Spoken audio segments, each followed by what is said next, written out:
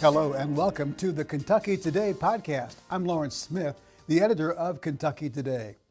This week, a special edition of our program. Last week, Dr. Albert Mohler, president of Southern Seminary, announced he's going to propose an amendment to the Southern Baptist Convention Constitution. He calls it the Truth and Unity Amendment. It basically says that cooperating SBC churches will not act to affirm, appoint, or endorse a woman serving in the office or function of pastor, elder, overseer, such as preaching to the assembled congregation. The proposal has led to a number of questions about what this might look like in practice. So, I talked to Dr. Mohler about that. First, a two-part question.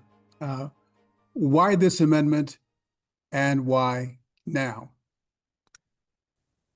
Yeah, the need for the amendment, I think, is made very clear by recent Southern Baptist Convention meetings, where the sessions have taken a great deal of time dealing with these issues. And I think there was a consensus last year. Now, remember that a similar kind of amendment was overwhelmingly approved by messengers twice in a row. It just wasn't enough in that second vote to reach the bylaw changing supermajority. And even after the convention last year, subsequent developments have underscored the fact that something like this is necessary. And so I've had so many pastors come to me, including some who did not support the law amendment, but now have come back and said, subsequent developments are that we just need this. The SBC should not be spending so much time every year dealing with this issue. Let me just remind Southern Baptists that a generation ago, Southern Baptists took similar action on the LGBTQ issue, and since then it has not been an issue on the floor of the convention. So for 30 years, we've been able to deal with other issues and move forward together, and that's exactly what we need on the question of pastors. The amendment states that a cooperating SBC church does not act to affirm, appoint, or endorse a woman serving in the office or function of a pastor, elder, overseer, such as preaching to the assembled congregation. Right. Now, the amendment uses the words office and function. Why do you think it was necessary to include both those words? No, it's a great question. And by the way, those two words come from our Baptist confessional heritage. So in other words, I've been teaching this for decades, and the Baptists believe the office and the function are together in one person. But we do speak of office and of function. And the reason why we now have to put function in explicitly is because of a development that has taken place, most importantly in Texas. And so you've had a Texas church just say, well, okay, then we won't call pastors pastors. We'll call them shepherds. Now, as you know, that's just that's the same word, basically, because that's what the picture of a shepherd. But they say we're just getting around that. It says you can't have a woman pastor. Good, we'll just call everybody a shepherd.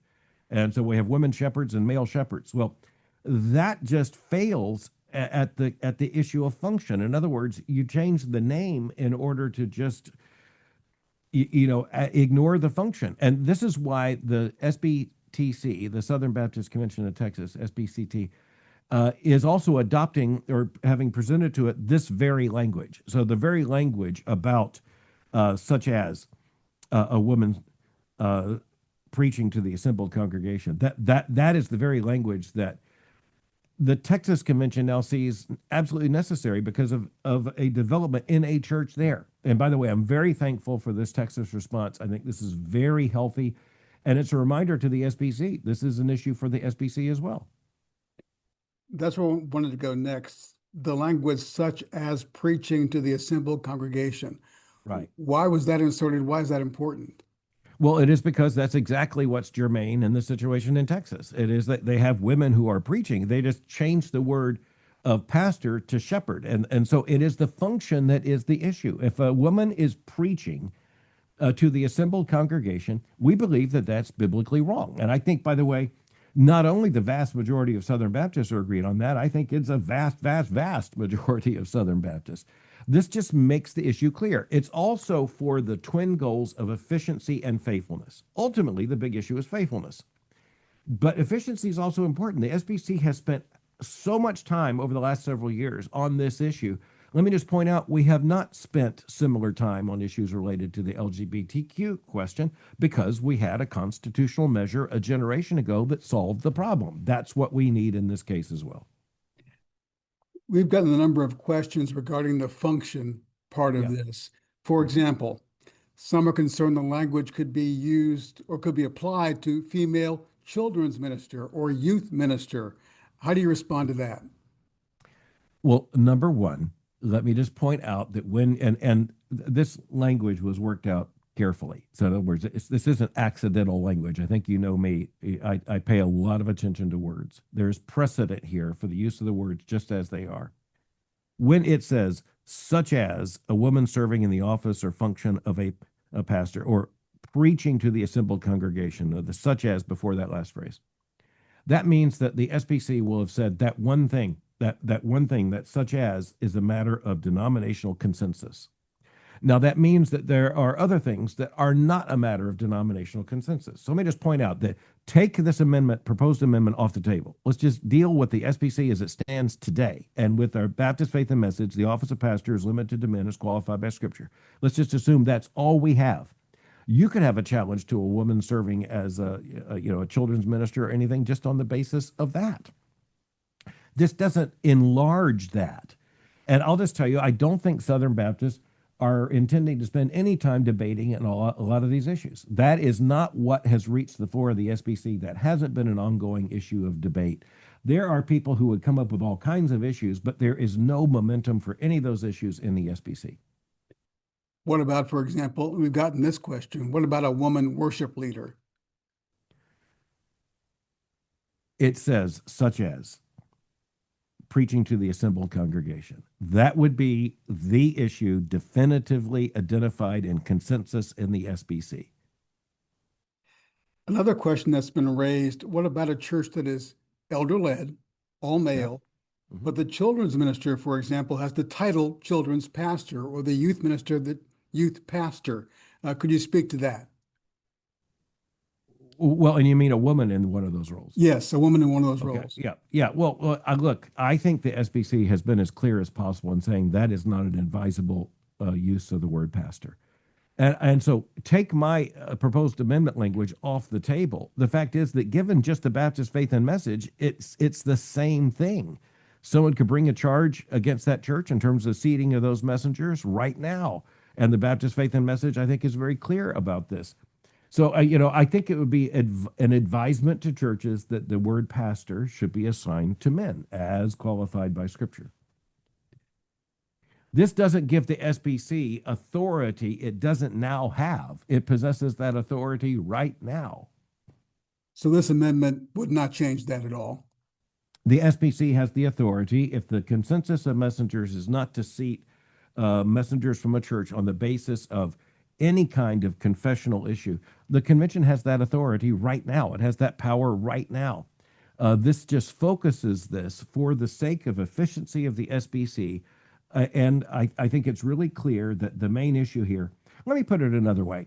I think the grave danger here, and we see this in the mainline Protestant denominations, and they said, "Oh, we're only going to do this. No, we're only going to do that." But they broke from biblical authority. They began ordaining women to the pastorate, and that meant literally to the pastorate. It meant they're preaching to the assembled congregation. The same hermeneutic that was used to distort Scripture in that case was the precedent for the distorted hermeneutic when it comes to normalizing LGBTQ issues. And so, by no coincidence, the same churches have generally moved in that development.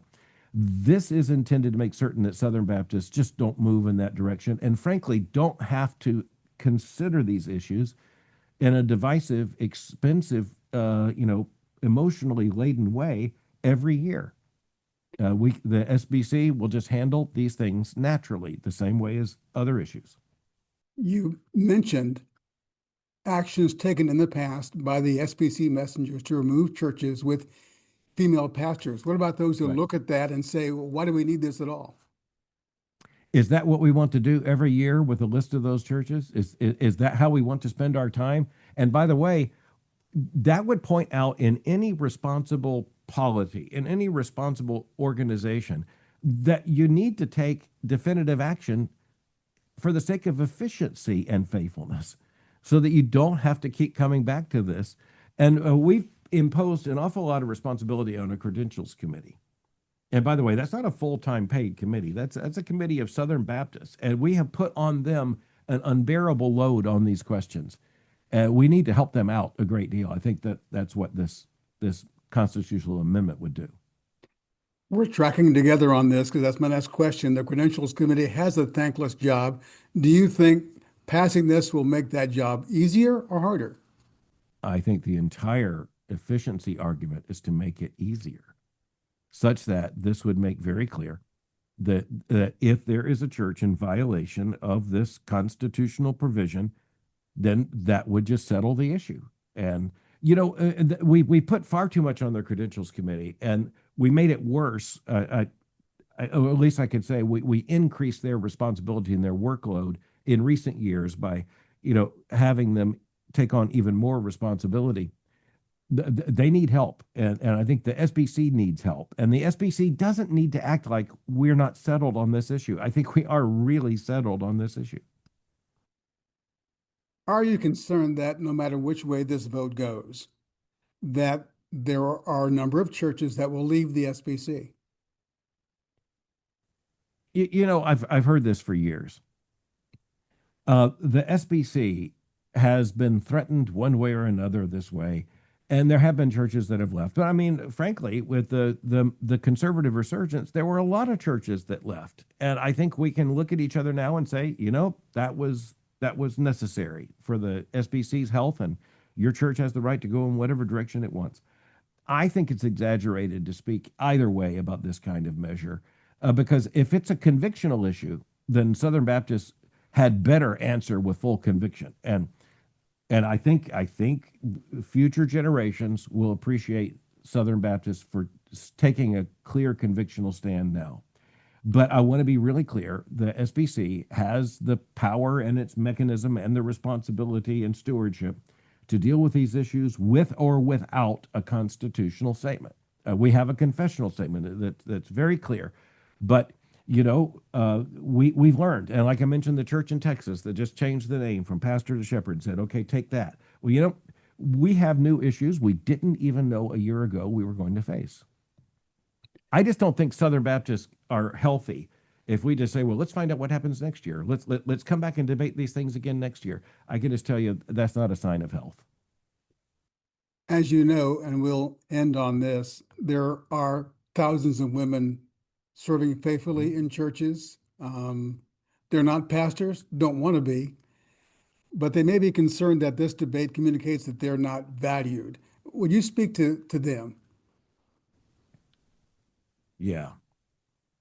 So in marriage, there's a distinction between the husband and the wife. There's not a greater and a lesser. There are different responsibilities given to the man and to the woman. That is biblically clear, and it is not an insult to women. It is rather, I think, in the Christian worldview, a way of exalting both men and women who are faithful before God. And the SBC would not exist if you take faithful women out of the equation. Our local churches would not be at all healthy and vibrant in their ministry if you take out the faithful women. The thing is here that Southern Seminary, the Southern Baptist Theological Seminary, in a more liberal day, enrolled a good many women in the program. Now, with clearly conservative convictions in place for more than 30 years, and that means biblical complementarianism, with that in place, we have not only more women in our program, but a greater percentage of the student body is women than ever before. In other words, we think there is a way, there has to be in biblical wisdom, to exalt the role of women in full respect, and also understand that the limitation of the office of pastor to men is not our idea, and it's not a way of exalting men. It's because of the Lord's own mandate in Scripture, and it's for His glory. And so, you know what? It turns out that the biblically ordered family is the healthy family, which is the happy family. It turns out that the biblically ordered church is the healthy church and the happy church. I don't think that's an accident. Your final thoughts, your final words to Kentucky Baptists who are considering this amendment coming up in Orlando? I think in every generation, there are those moments in which you have the opportunity to maximize unity and the faithfulness and the truth. I think this is one of those moments. And I hope Southern Baptists will enthusiastically support this proposal and that we can move forward in unity. And I'm committed to the SBC. I think Southern Baptists know that. But I'm putting myself on the line here simply because I believe in this moment we face just such a stewardship. And I'm hoping and praying that Southern Baptists will rise to the stewardship and affirm this amendment, and we can move forward in truth and unity together. Dr. Mohler, thank you. Thank you, Lawrence. Appreciate it very much. Mohler says he will ask the messengers to suspend the rules so that his amendment can be debated on the convention floor in June. Also, to be adopted, an amendment must be approved by a 2/3 majority in 2 successive years. Well, thanks for watching and listening. Please tell others about KentuckyToday.com and give our podcast a positive review on your favorite podcast app. And subscribe to our new YouTube channel. Just search for Kentucky Today Podcast. And for more on the Kentucky Baptist Convention and the cooperative program that makes this program possible, go to kybaptist.org. Lord willing, we'll see you next time on the Kentucky Today Podcast.